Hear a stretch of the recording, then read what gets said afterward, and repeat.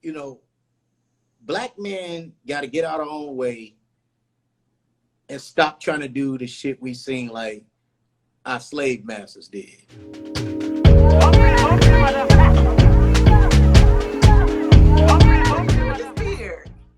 Yeah, this is it ain't been cut, so that Corona beard, it looked good.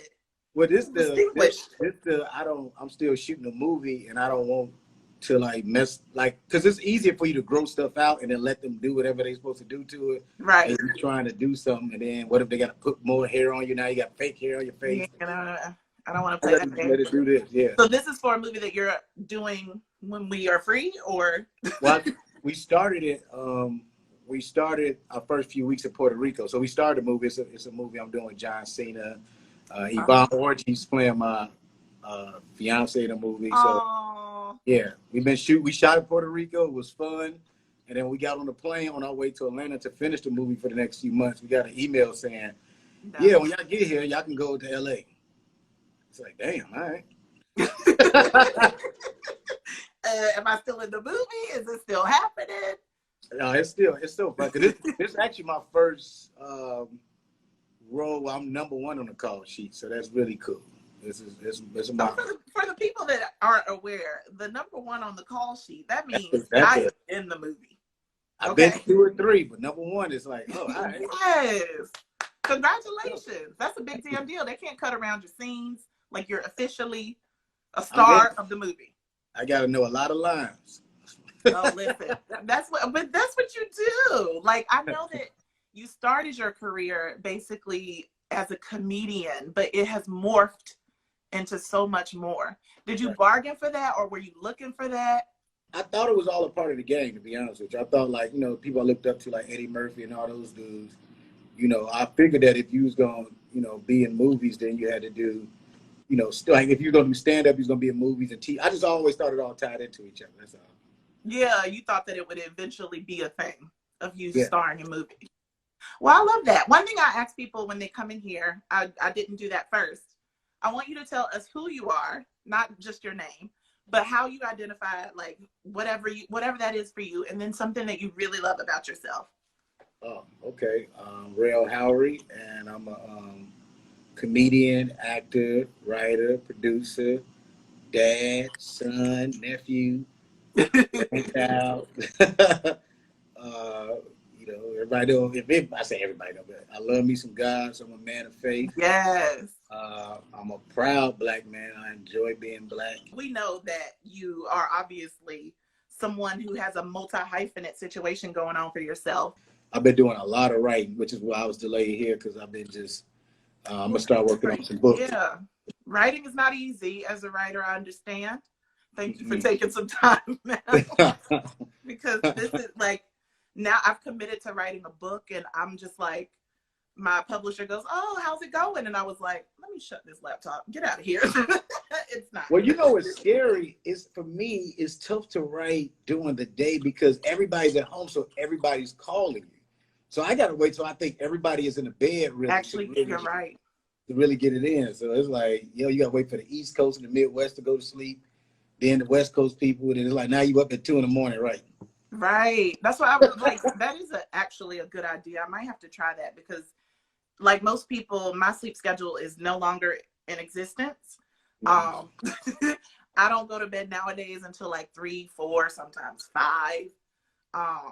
And I'm like, I don't know what's going on, but I might as well use this time to be productive. So those are some good golden hours if y'all want to get out there and start writing some stuff uninterrupted.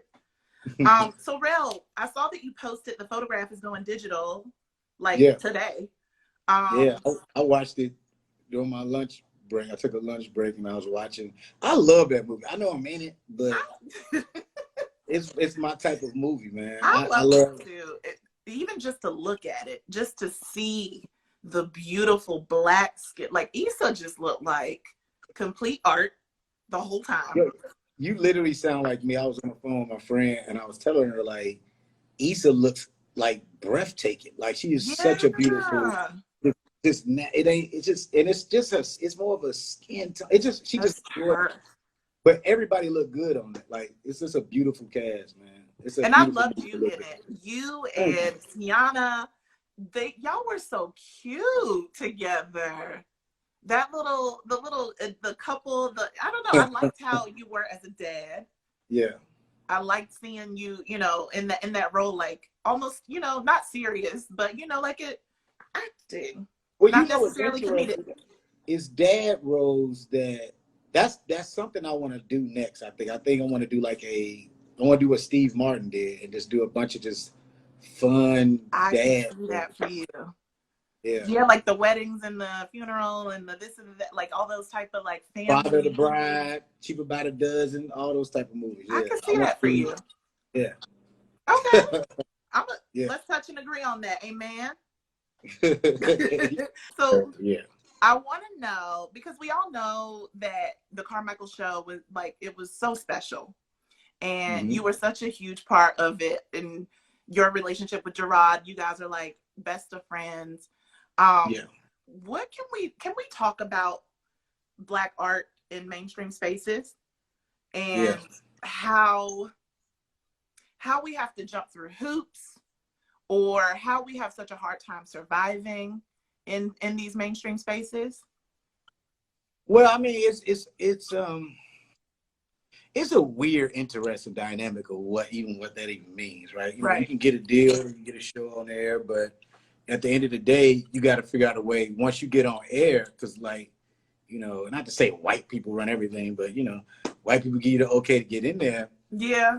Black people got to watch your show, and because I got some stuff in depth to say with that. I think black people we're trying to give you as much art as we can, but it's just like either y'all don't like the artsy Black people, like the ones that come in with like, oh, let me do something different. I'm not like Boots Riley. Exactly so it's very tough, man. It's almost like you don't know what everybody wants, because we'll see shows get supported that might not be as good or well written, well, a lot of things, and you're like, damn, I guess I don't know, because at this point you really don't know. So that's why at the end of the day, to be honest with you, you got to stick to whatever your voice is and whatever you want to put out there. Because I know when I was doing a Rel show, I did put pressure on myself a little bit to please the Black audience, because that's who I am, Black, and that's what it is.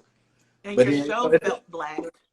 But then at the same time, it's you want the American public to look at Black people just as Americans also.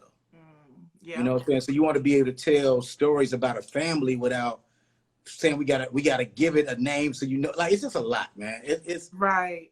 So I'm confused about this too, because now that we at home, I'm able to watch everything, and I'm watching everything, and I'm just like, what the hell are we doing? And then sometimes I get annoyed because I'm like, damn, the Rel show it could have been it.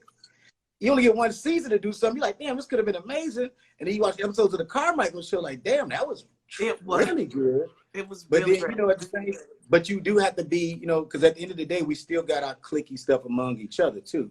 If you're not rolling around in every, Image Award thing and Essence thing and all this stuff, you tend to be like, all right, well, you cool, but we can't really support your show. Because Carmichael show, as good as it wasn't supported like I've seen other shows. And it's very interesting. It was very well written. It was very good. It was a chocolate cast on television. You had the chocolate mom, the chocolate daddy, the chocolate brothers, and two legendary parents too. So it's just very interesting. With sometimes I don't know what the heck we want. That's my main question, because I know the conversation has come up a lot, especially with the show like Black AF on Netflix. Right. But there's a lot of backlash with that show as well. And there's a specific episode, and sorry to anyone who hasn't watched it, and this might be spoiler, but there's a specific episode 5, and that showed up a lot in my group chats, in my regular texts, in my Instagram messages. People were talking about the idea of all these Black creators being honest about their art. Tyler Perry basically saying, I don't give about what people say, I'm gonna keep delivering what I deliver because there is an audience for this. But then Kenya Barris is struggling with the idea of giving forth something like the kind of work that Tyler gives us. So we have so many different types of Black art, from the Will Packard to the Isas to the Lenas, but are we being honest with ourselves of how critical we are with it? Like, are we overly critical with Black art? We are. Well, I think we are critical to certain people. You know, Okay. I think like this. I think like Tyler could just do what he want to do. If he got a bad green screen, if he got bad wigs, if the dialogue is all over the place, nobody really won't say nothing. But if people feel like, you know, you do something a little differently and do this and that, if people think you support about white people, like if Black people think like, if we say something, we can go in on this dude because we know at the end of the day, we can't mess up his money. I feel like I do feel like if Black people that feel like that, like, well, we can say what we want to you because it ain't gonna mess up your money because white people like you and all this other. So it's just like, it's very interesting. Like, I don't know if I feel like if we're not gonna talk about everybody, right, then you shouldn't talk about nobody. Just support it or don't watch it. That's just what it comes down to. Yeah, and that's support it or you don't watch it. So okay. But then that makes me feel like, well, and I'm speaking from a journalist perspective. I also know that the normal consumer that doesn't get paid to critique, they're just having their opinions based on being a consumer. But for people that write about these things or review these things, I know that I've only ever worked for Black publications. I've freelanced in other places, but I've only ever really worked for Black publications. And no matter what location that is, what publication, I've always had to be careful about my criticisms. I've never been able to fully say, like, for one, as a critic, you're never going to say, oh, that just sucked, because that's not fair. But well, it's critics. It is. But critics are other white say that though, and like I look exactly at like Queen and Slim, right? I love that movie, but I didn't understand the anger of people. Like when people call something bad because they might not like the plot, I just think that's unfair. Like to me, it takes a lot for a movie to be bad. It got to look bad. It got to be shot terrible. The outfits got to be messed up. The soundtrack is messed up. It got to be all like, if you don't like what a plot is, or you don't like what the ending is, you didn't write it, fam. So just, I don't think there's no reason to criticize that. Right. Because that's no reason to trash the whole thing. No, because nobody do that to white people. Like, it's very interesting. And I think we do that to each other. And I think that's unfair because I saw Black media going, and I'm just like, y'all tweaking, bro. Like, come on, fam. Like, for real? This beautifully shot movie. It may not have been what you thought the content all the way should be, but I thought it was brilliant in the way it was done. Yeah. So I don't even get it. I was like, yo, it was the most confusing thing I've ever seen. I was just like, oh, dang, what are we criticizing? What do y'all want to see? Kenya might have did an episode of this on his show, and somebody else may have. I think Kenya did it on Black AF. But I did it on a Rel show, right? I did a Halloween episode. And people were pissed about it, right? Because it was called Frederick Douglass. We did a fake movie called Frederick Douglass Zombie Slayer, right? And we had like Harriet Tubman and Frederick Douglass make out. It was insane.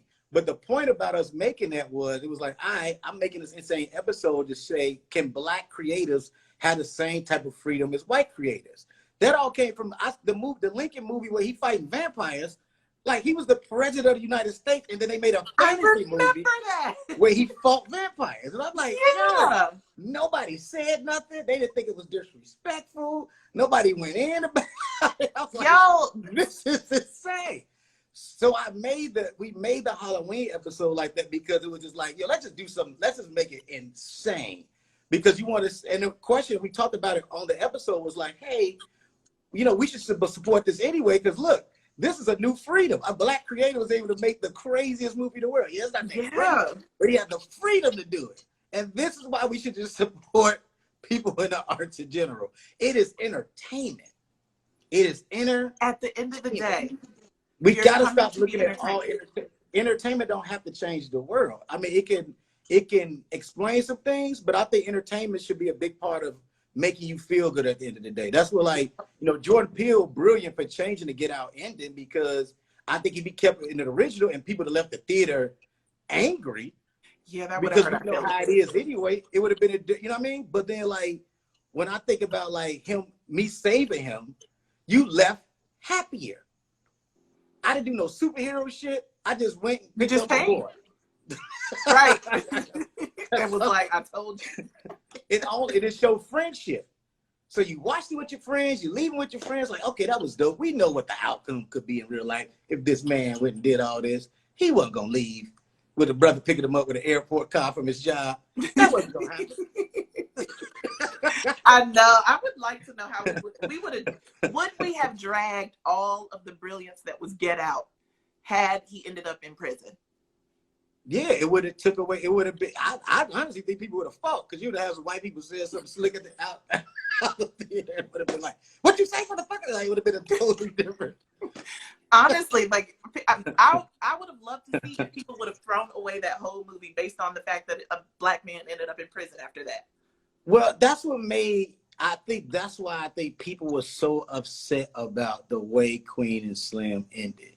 But I'm gonna tell you this. Because Get Out gave us that happy ending, honestly, I enjoyed this real one.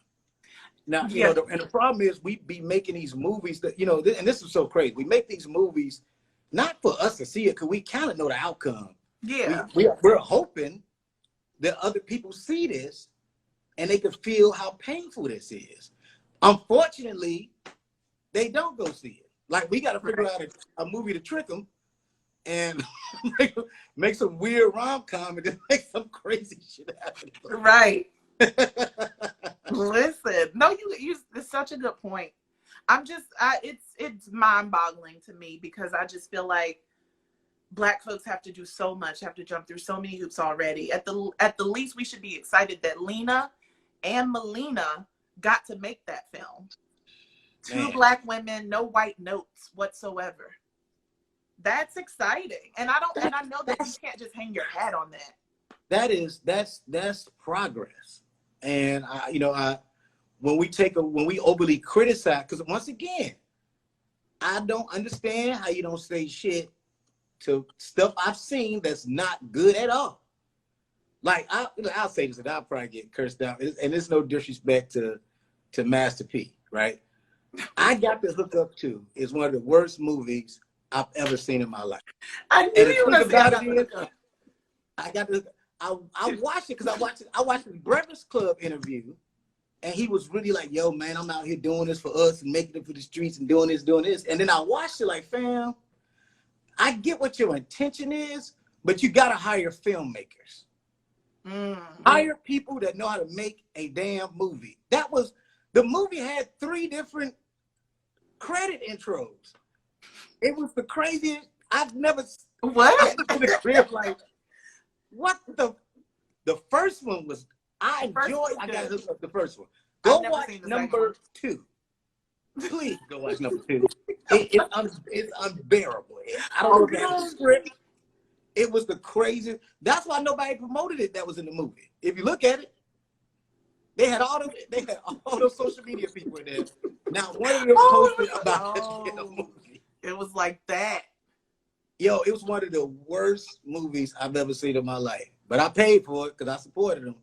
But I'm like, look, are we scared of Master P? Like, once again, I love Master P. He's a brilliant businessman, one of the smartest dudes to do it. Love the way he raised his kids, love the way he took care of his family. But man, when I saw that, I was like, fam, for you to talk all this shit on the Breakfast Club about how great and smart and this movie is for us. I said, nigga, for who? Not for me. I paid for it. See, that's the other. Well, see, and that's why this conversation goes so far, just because it's like, then you have people like Master P making stuff like that is garbage. Well, you know what? But this is interesting. This is why I think the problem is that we're all not talking to each other. You know, like for me to say that's one thing, but at the same time, I wish I knew the brother, because I would love, like, hey, sit down with some of us who've been doing this a while. Like, it's time, if you do have the money, give the opportunities to these filmmakers who know what they're doing. And I'm talking about people who make these. I've seen some independent films, some shorts from black artists, from black creatives that deserve, if you have a budget to do something, fam, give it to them. Yeah. It's not rocket science. Ava DuVernay does it all the time. Yes, Ava She with puts her on array. so many young directors. That's what she does. So I'm just saying, if everybody else who has all this money, have you money, you got studios, you got all this shit, then do it. Like I literally, this, you know, and I did this last year, well, really this year, I invested my money into creating this series. I put my money up for that. My sister April and her friends wrote and created something really dope. Shout out to April. And I did, but it was dope. So I'm saying, yeah. I can't talk all this shit and I put my money up, you know, to it. And like, be honest with you, it is an insane amount of black, and I'm not just saying this because you're on, but it's an insane amount of black women, creatives, that are so far advanced that can work with any type of budget. If you got this fucking money, and I don't care who listening, if you got it, fam, then invest that shit. Find these new voices. They out here. Please, sir. Jesus. Like, it ain't rocket science. Hello, somebody. Rel, take us to the church. Take us to the king. Lay us down on this altar. You gotta do it. Like I feel like the last few deals I've made has been like, and once again, I ain't announced everything, but like, you know, with Relevant Productions, my production company, that's my goal, man. And it's to put my money where my mouth is. And once again, because I'll say this and I get like a bunch of DMs, like, I got a script. But not like that, y'all. Not like that. but it will be soon. But right now, it's just me taking in those people I've randomly ran across their work. See, I love that. And that's what it takes. Like, it's going to take people like you, right? People like you that have come through the industry. You're still, to me, climbing, obviously. Like, you're still working very hard to get to a level. And like you said, you're trying to Eddie Murphy this thing. So no, see Eddie Murphy, that's the acting part. That's easy. You know, I want to do a Robert Townsend and what Keen Ivory Wayne's done. Oh, we love that. Take it to another level of it. You know what I'm saying? So like that's who I look up to as far as that's who I talk to. Like I was talking to Robert last week about an idea, which that's another thing too. I think like, you know, I'm not one of those people that's so loud about what I'm doing. Nobody has no idea how plugged in I'm actually am. Nobody. Which is why, like, when people talk shit, and I'm like, oh, all right. Yeah, I don't know who called me about y'all and asked me. But you have no idea because I don't say anything. And that's why, like, that's because I've been in this space where, like, you know, it's cool to be a star and all this shit, and everybody think you're doing hot shit. But, like, I think it's very important for me personally to build up this production company. It's so fucking important. Yeah. You know, if I applaud anything with Tyler, like, at the end of the day, Tyler Perry, which makes him brilliant to me, is he did all this from just doing plays. Exactly. He did all this from just doing plays. Exactly. You know, the only thing I would do differently is just be more open-minded, because he did skip a process.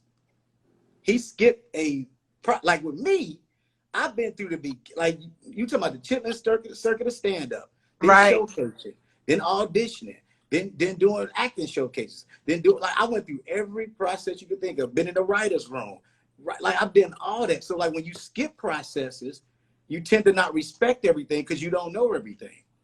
And like that's why if I say anything, you know, I think like even when they even talking shit about Master P, I'm more or less joking. You know, I got the hookup too, but I got so much respect for him. But we love Master P culture. I love Master P. I think he's one of the OG. He's somebody like I love hearing him talk actually, because I think he's good. With Tyler, I think, you know, when like for instance when he did that writing video, I was offended by that. I remember you definitely spoke out because he insulted black writers and didn't know he did it. He thought he was inspiring people by saying, "Hey, look at me! I write all this shit without a writer's room. Even though I own a studio and I have 12 TV shows, I can hire a black writer's room. As a black writer, that's also one of my things. I am a writer also. It's hard to get into these rooms. So you mean to tell me, brother, you own the studio that makes these shows and you have more than 5 to 6 of them, and you can make a writer's room that's majority black people? Shit. And I was insulted because I'm like, fam, when you bragging about something like that, You're disrespecting all of us that had to work really hard to get in these fucking rooms. You didn't exist, my nigga. So it's like, what? You know how hard it is to do that? Exactly. And then even on top of that, because I got the chance to ask him about that, and he made it seem as if like, well, I tried it and it didn't work. They didn't write the way I needed them to. Like, he didn't say it like that. No, but in my interview, I'm laughing because think about this. I really want him to think about what he said, because I remember reading it and watching him say that I tried it. I tried to write his room and it didn't work. The ratings of my shows was the lowest. They went down. And all this other shit. Man, this nigga's a boss.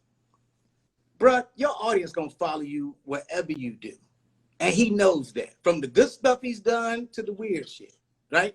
They follow you. You can literally grow and cultivate your audience to even like better things. You're in charge of that, fam. Ooh. You know what I'm saying? That's a you word, are in charge of that. So like, you know, the man has bought Disney to me. Right. Legit. But I don't know if he realized who he is. And you know what's crazy? This is what I do understand. And this is why I you know, at the end of the day, I do want to apologize for when I said something about him and I was just so into, I wish I would have just sat down and thought about it a little more, how I should say it, to let him understand why I was insulted by that. You know what I'm saying? Right. And I apologize for that, because people like to pit all of us against each other. And that wasn't the point of me saying what I said. The point was like, you know, at the end of the day, brother, like what you did is amazing, but man, you got to get out your own way. Like, I just think it's weird that people will show up to these studio things and these big things, melee of things he does. And I'm like, ain't nobody, do y'all don't respect him enough to talk to him about it? Like, cause it's creatives there. I like, so ain't nobody said. Nobody says anything. Right? Even like watching a show like Sisters and not only Sisters, he has so many things in production at one time for you to be the sole writer. Like, congratulations for having a brain that can do that. You can do it. But like, I don't necessarily think you have to be the demographic of what you're creating. Danielle, let me tell you what I learned. You know, and this is why I was able to say what I said. I had my own show. I was executive producing. I was writing on it. I was starring in it. Everything you could think of. When I was on set all day acting and rehearsing, I went straight to the office, into the writer's room. That's what I did every single day. So I do know how you can do everything, and you do put pressure on yourself, especially when it's your voice. You put pressure on your writers, like I did too. Now, what I've learned is what a real boss does. To me, the sign of a great boss is how these people that you delegate stuff to, how they're able to make your vision happen. If you're a true boss, you don't have to do everything, because you've shown these other people how to execute your vision. That is a true boss to me. Exactly. That is real. And people love to talk this boss game. I see it all the time. I'm a boss and I'm a boss. Everybody's a boss and boss and boss and boss. But nobody's like, that's not what a boss is. Not if I see you doing everything. That's not a boss. That is a legit lesson for a lot of people. Yes, it has to be, and you have to trust who you hire. It's going to take time. And I'm gonna tell you something, when you own a studio, brother, you can take all the time you want to develop. Ain't nobody knocking on your door. Oh, sorry, brother, you are the boss, fam. This is your space. You literally own all of it. You can give a class to people how you want them to write for your shows, if you wanted to. Like, you can a whole master class. You can do. You don't like how we doing it, sir. I mean, for real, it's very interesting. With like, but I do get this, and this is why it's tough being Black sometimes. You're so scared things are gonna be taken away from you, and you can have you can own.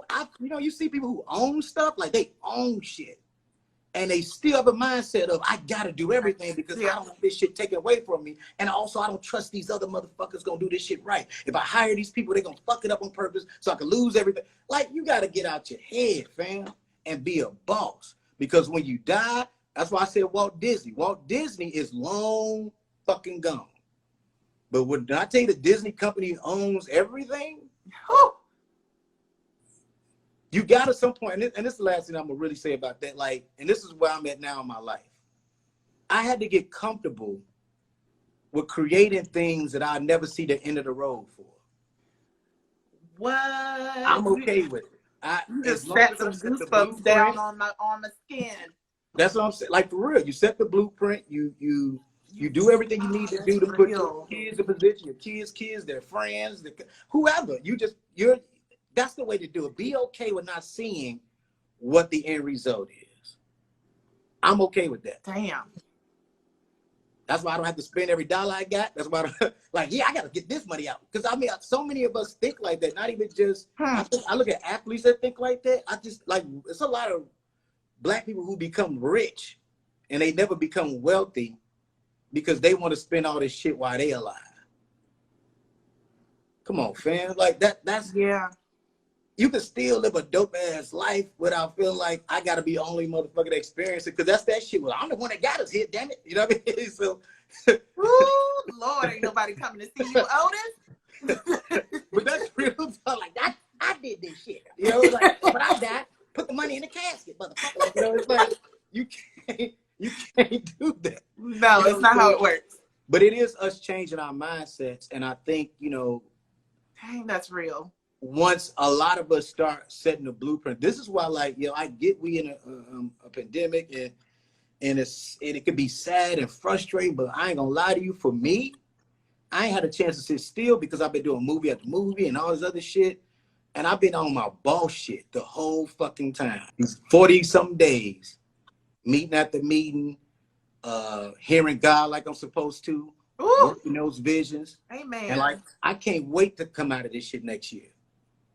Let's come to agree on that, Rel, because I'm right there with you on that. In silence, like listening and working. Well, he's also, I mean, like, you know, and look, I'm not forcing religion on nobody. It's just me talking from just how I live my life. Yeah, like, yeah. But, and it's not religion, I think it's spiritual. It's just like, I feel like God has really been working on me he wanted me to sit still for a minute, just like a lot of us. Because I need to see everything for what it was. Yeah. You know, and yo, I outside of just seeing things for myself, this is how I'm happy. I'm excited about a lot of people that I don't even fucking know. You know what I'm saying? Like, I'm watching people develop and create, and I literally like, I've been DMing so many random people I don't know, tell them how much I enjoy their work. Just watching random videos and trailers for things and be like, yo, I know you don't know me, but they be like, nigga, we do know you. But yeah, we know who you are, sir. Thank you. But I'm like, yo, I'm a fan of your work, and I can't wait to work with you someday. Wow. Like, that's my new statement. Not that, you know, I want to get where you at. No. Fuck it where I'm at. I can't wait to work with you one day. That's a different mindset.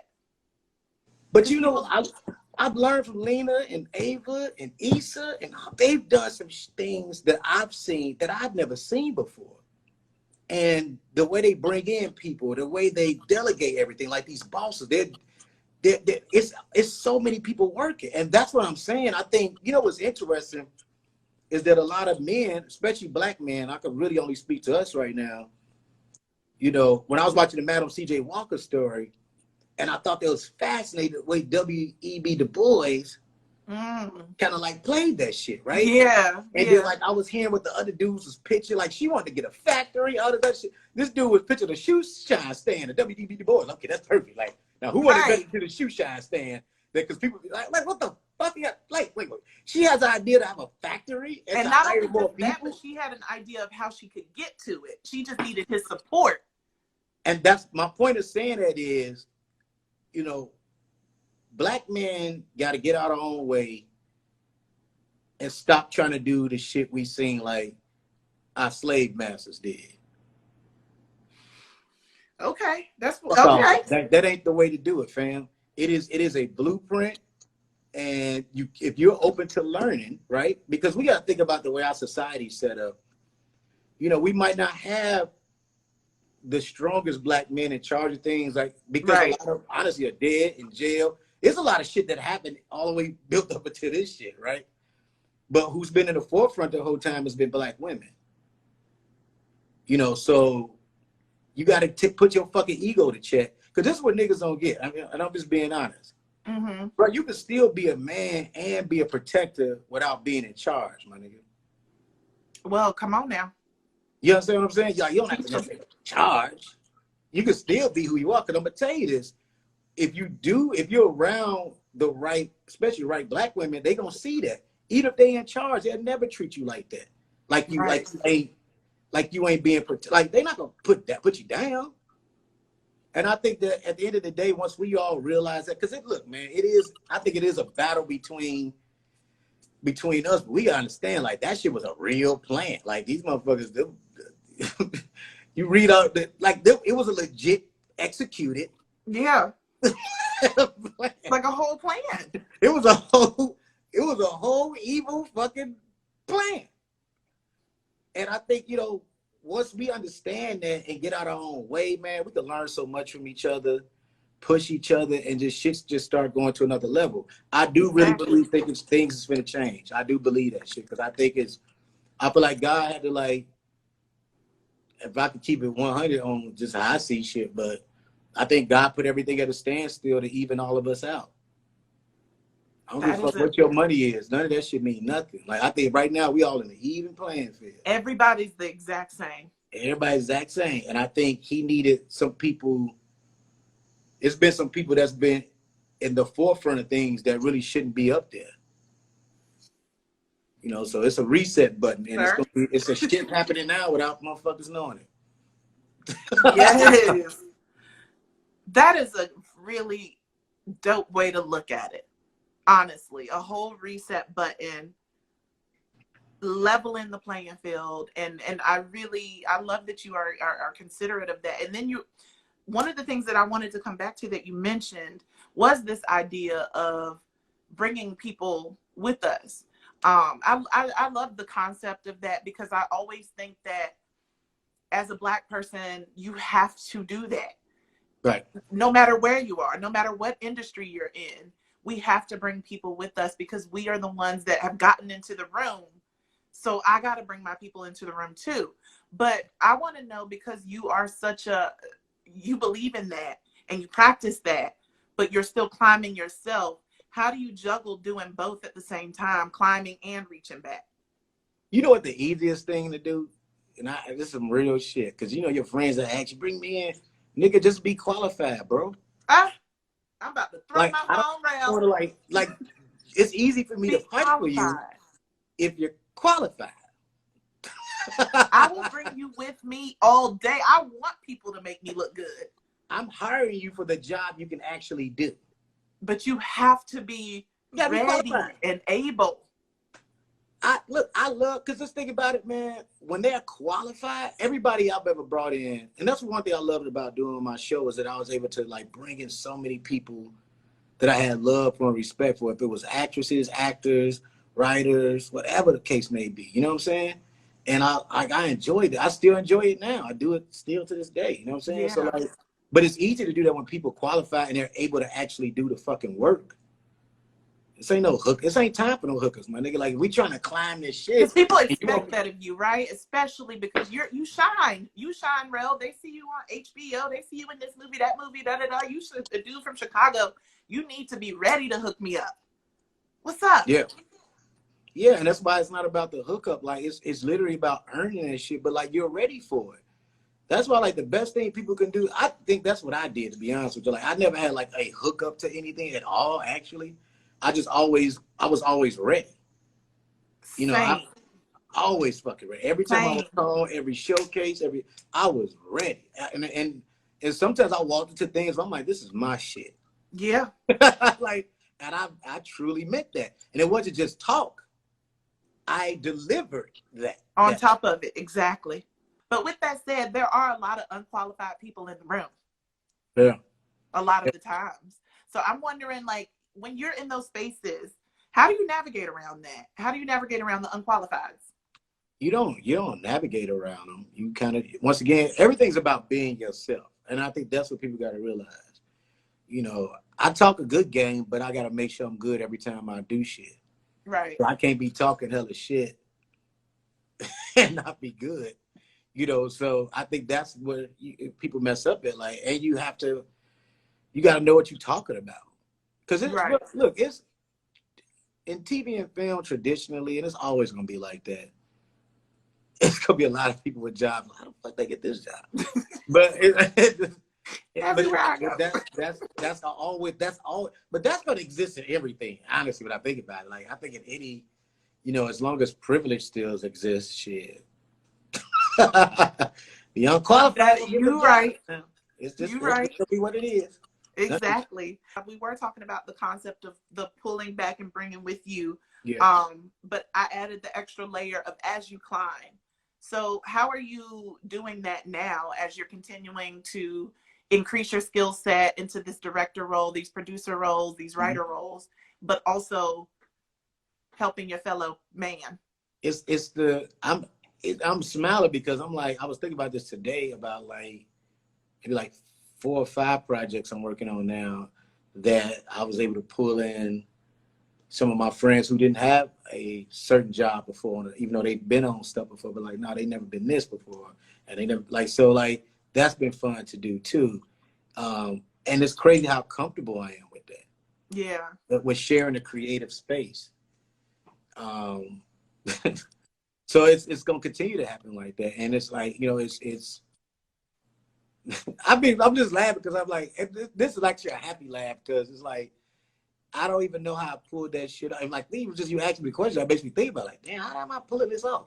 But like, it is this thing where, you know, I'm trusted by studios and networks and with the right other producers and things like that to really bring in the right people to make some magic happen. And there's so many creative people out here that I know, because that's what I got to deal with first. That's why a lot of people, they hit me up like, man, I got this going, I can help out.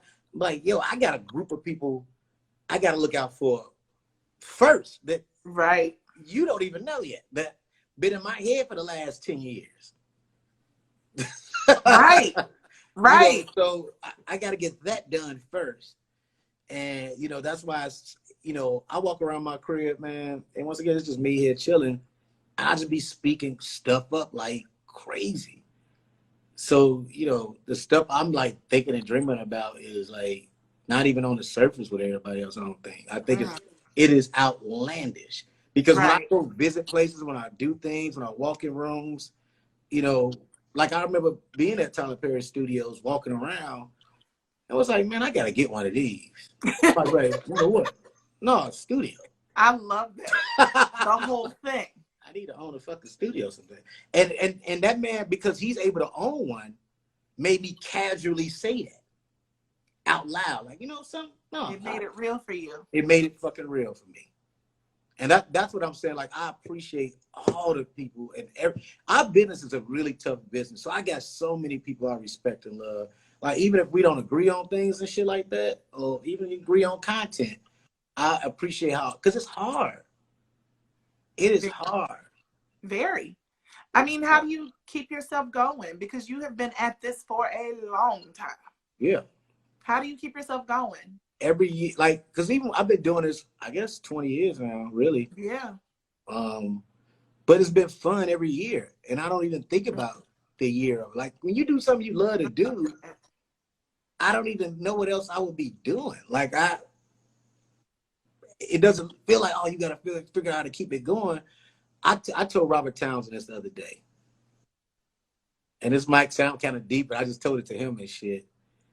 And I was like, yo, I used to watch TV and movies at the crib on the west side of Chicago all the time, just imagining this. That world looks so far-fetched to me.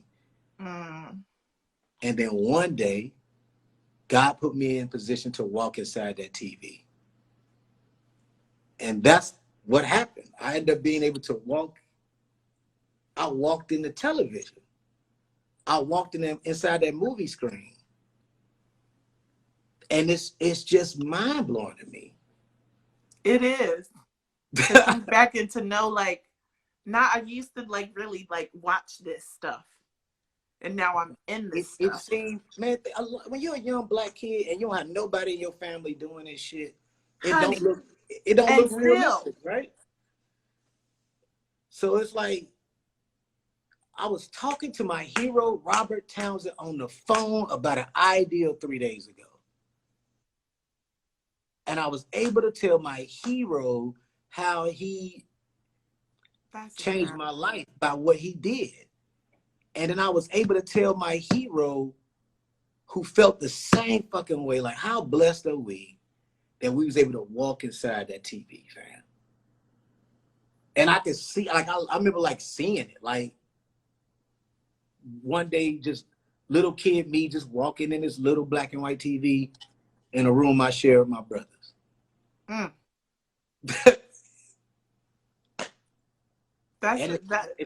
For all the dreamers that are watching listening, that's so beautiful. Because it's like, it's not even like as far as like a manifestation, like I get that concept, but it's something really powerful about the vision becoming real. It's super powerful. It's so interesting because I did a play my senior year in high school. I went to ghetto high school in West Side Chicago, Crane. And people, I'm just being honest. When I say ghetto, it was because they heckled every fucking body. Like, I don't care if somebody came and did a speech to be positive, whatever. Like, they heckled everybody. So that wasn't an easy crowd to fucking impress. It's just the honest God truth. But when we did that play, the first big laugh I ever got from something I wrote, and it was like the teacher was cool enough to let me write my own lines in the play. That first laugh from a massive crowd of your peers who you know me, yeah, that shit was addictive after that. It's like, yo, I don't know what that feeling was, but I don't ever want to. But I remember after the play was done and I was walking around school, people was treating me. I felt like Jamie Foxx. This is just a true story. And after we did the second performance for, I think, the sophomores and freshmen, they let me have a period off, And I sat this, and this is a 100% true story. I sat in the auditorium by myself in the dark, and I literally just started talking to God out loud, like, yo, this is what I want to do. I know I don't know nobody. I know I have no connections. I don't even know how I'm going to do this. Right. I want to be a comedian. I said specifically, I want to be a comedian, actor, writer, producer. God, I know I don't know nobody. I said, I don't know how you gonna do this, but this is what I want to do. And at that moment, I knew I had to I had to figure that out. I'm not thinking about it. It's just started. It was just a interesting pathway. That's why, like, when you're doing something that's purposeful for real, it is like it's a pathway. It's an interesting, like, you see those connected dot things. They used to have the numbers on there and shit. Yeah.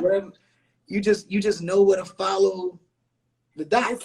It's hard to describe to people because you don't want to say this whole like my path thing and this existential way, but when you are actually on your path, there is something really divine about the moves you make, the people that come into your life, and honestly, when you're doing the actual work, it's not. I don't want people to think that it's just some like I'm on my path and I'm gonna light a candle. No. I mean, like, you're doing the work and you're actively marching towards your thing. There is something so divine about how everything kind of plays out, and sure, shit falls apart too. Well, that's what's interesting. This is how you know you're on the right path. This is when you know. It ain't because it's some smooth selling shit. No, and it's these life gut punches, right? It's like, all right, okay, you think you good? Okay, your mama died, right? It's like, shit. You're a new married man. You got a baby. How you gonna feed them, right? You only doing comedy. It's just these hits. Yes. But you don't quit. Okay, now you had a divorce. What you gonna do next? Okay, you lost your brother. Come on, fam. What else, huh? Oh, this shit get picked up. This pilot got canceled. Oh, these shows got canceled. Oh, it's just punch after punch after punch. But oh, God is my witness. You just keep fucking pushing through. Like it is, as I don't know if I even talked about it like that before out loud. I don't even know. Man, I kept pushing. No matter what the fuck happened, I didn't quit. Because all of those jabs could have easily taken you out. Easily. The first one would have taken a lot of people out. It tried. It's 100 mistakes I made. And will make. But I'm gonna tell you this, I couldn't fuck up my purpose. Even if I tried. I might have tried a couple times. I was so fucking hurt. But I couldn't stop what was meant for me. Amen. Amen. Because it'll nag you too. It'll nag you. If you are connected, spiritually connected, and there is a journey you're supposed to be on, and you start it and you give up, or you just you can't figure it, will nag you. I'm telling you, every single thing you can think of, punch me. I'm talking about joke stealing. It was motherfuckers doing material from that I was doing in the club. They put in their specials, and you seen it shows. Yeah, all this shit happened. But I'm gonna tell you something. When it's fuck, what's for you is for you. And no matter what happens, nobody can ever be who God told you you're supposed to be. On the real talk. And I know sometimes we do say these things and it come off cliche because I think people deliver this shit without saying, no, it's some crazy shit that happened in between me doing all this. Yes. It wasn't until maybe, when I think about it, 35 was the year I was okay with who I was. That was the year I was like, you know something? Because I'm 40 now. But 35 was I was like, I love who I am. Yeah, man. Damn it. Whoever this nigga is now, this is fine with me. and it wasn't until last year I think about, going to my 40 and I was like, yo, I'm okay with how like fucked up shit was at times. Yeah. I'm okay that my mindset was fucked up. Yeah. I'm okay with the mistakes I made. Because it all made me. But I'll be trying to tell young people this shit. Yeah, the mistakes and all that stuff still made me, but it didn't tell me who the fuck I was gonna be. Ain't that something? You understand what I'm saying? Like, no, this is what ain't gonna tell you this is my end game. Fuck all that. Right. You know what I'm saying? Like, nah. Listen, you just preached a whole sermon. A whole sermon. I'm gonna take you for maybe two more questions, and then we'll let you live and keep dreaming and keep writing. Can you tell me something that you wish you knew at the start of your career that you know now? See, this might be kind of deep, and it ain't necessarily a career thing because there's a lot of stuff I wouldn't change. I do. If it was anything, I wish I would have shared more of the beginning moments with my family more. In what way? Well, I was so focused on trying to get this shit to like, because you don't know how much time you have with people. So, and I only say that to say this, I lost my mom in 2009. I wish I would have brought her to more stuff because she loved this shit. And just because I didn't know I would never be able to do that shit again. Right. So, and that's just some real shit. Other than that, I don't, because it's that weird thing where people are like, man, what would you tell if 20-year-old self knew what 40-year-old self, the 40-year-old self wouldn't be knowing shit if I go through all right. I mean, we did that. I don't know how this nigga would know unless it was some Back to the Future shit, but which is why like that question is always tough because I'm like, I think that's the only thing I would be like, those, is taking advantage of moments and what that means, which is why like I think about the last few years, like with Uncle Drew, with the Rel show, I did this recently with the Photograph. I was doing all these red carpet things for these movies and all this other shit. But then at one point I'm like, damn, I wish my family was here. Like, it's cool these other people are here, these flashing lights and shit, but like, they're the ones that's gonna make these faces. Exactly. So when I did Uncle Drew, and I have my whole family there. And this is how dope my family is. And I remember telling them, like, dude, we need a separate theater just for my family. We did a screening in Chicago, so we had a screen. I can only imagine. Dude, we did, and they all showed up without me knowing with shirts that said Lil Rel Family. That's so cute. All of them showed up. It's a picture. I think I showed Fallon or Kim on one of the talk shows talked to me about it, and it was really fun to talk about that shit. But you know, my Aunt Rhoda recently passed from the coronavirus. Yeah, I saw that. I'm sorry about that. But then, shit, that memory of just how excited she was to see Uncle Drew, and just like you know, things this past Thanksgiving, because I have this movie ideal I had that's based on the way I grew up in the church. It's very, and she ended up bringing all these programs and shit, these old church anniversary programs, and we just going through them, and because she was just like, she was a matriarch in our family, but so fucking smart, and we was going through the programs. She was explaining things to me and different people. I'm like, who is this? And why is it like? So you just start to understand, like, a lot of things happen for a reason and shit, which is why, like, I was glad the light bulb went off a couple of years ago, how important it would be for me to make sure that I could see the people who genuinely love me for real and are proud to see their faces, like watching me on the big screen.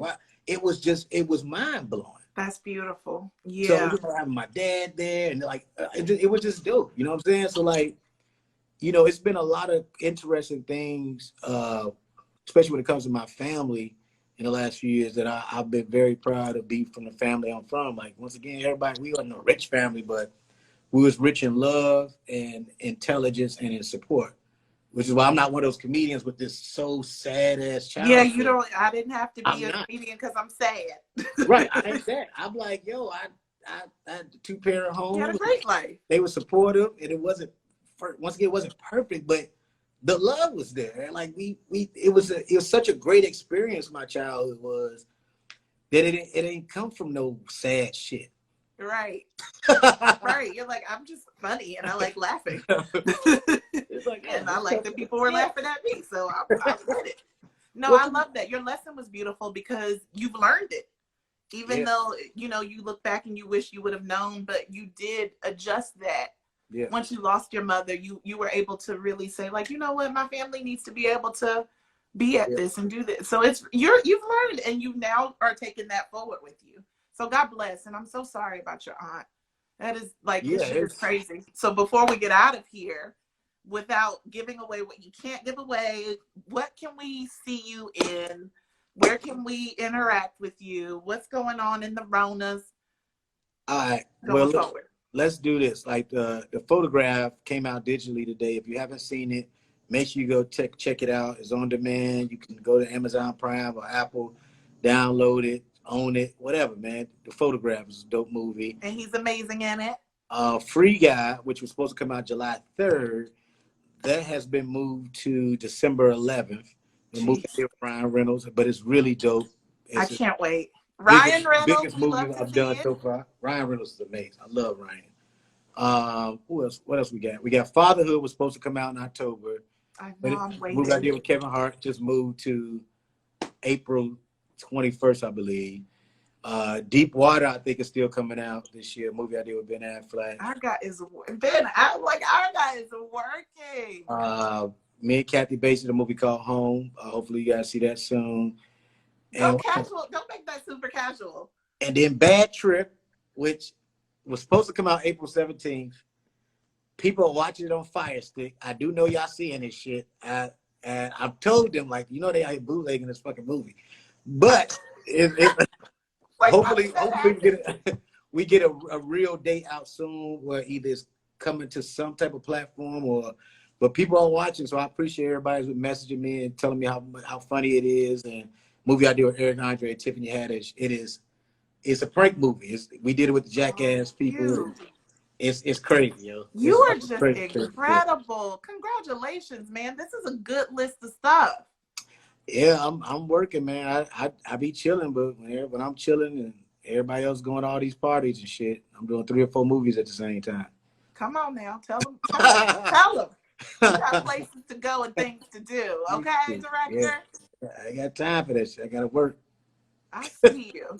Well, Rel, Lord have mercy. This has been such a wonderful pleasure. You know, I adore you. I'm a big fan. And you like, this was bigger than I thought that it would be. The conversation was gorgeous. It's gorgeous. Thank you. I appreciate that. Yeah, I'm hoping people like I saw a lot of your fans in here. A lot of people love you, but I'm hoping that they got to see a different side of you. I'm so glad that we had a conversation about everything. And there's plenty more to come because I know that there's plenty more that you're going to be doing, and I'm going to be beating down your door. Don't forget about me. Oh no, you know, you one of our favorites. You know what I'm saying? So like, I love talking to you. Every time I see you, it's always love. Always. Always. Yeah, you know, your smile, all that shit. It brightens up a room and usually makes me smile, and I like that. Oh, thank you. Oh, that's so great to hear. I'm so glad. Y'all don't know how much this means to me. I'm so excited. But thank you a million times over. I love you and I appreciate you. We're gonna be on the lookout and we won't bootleg your shit.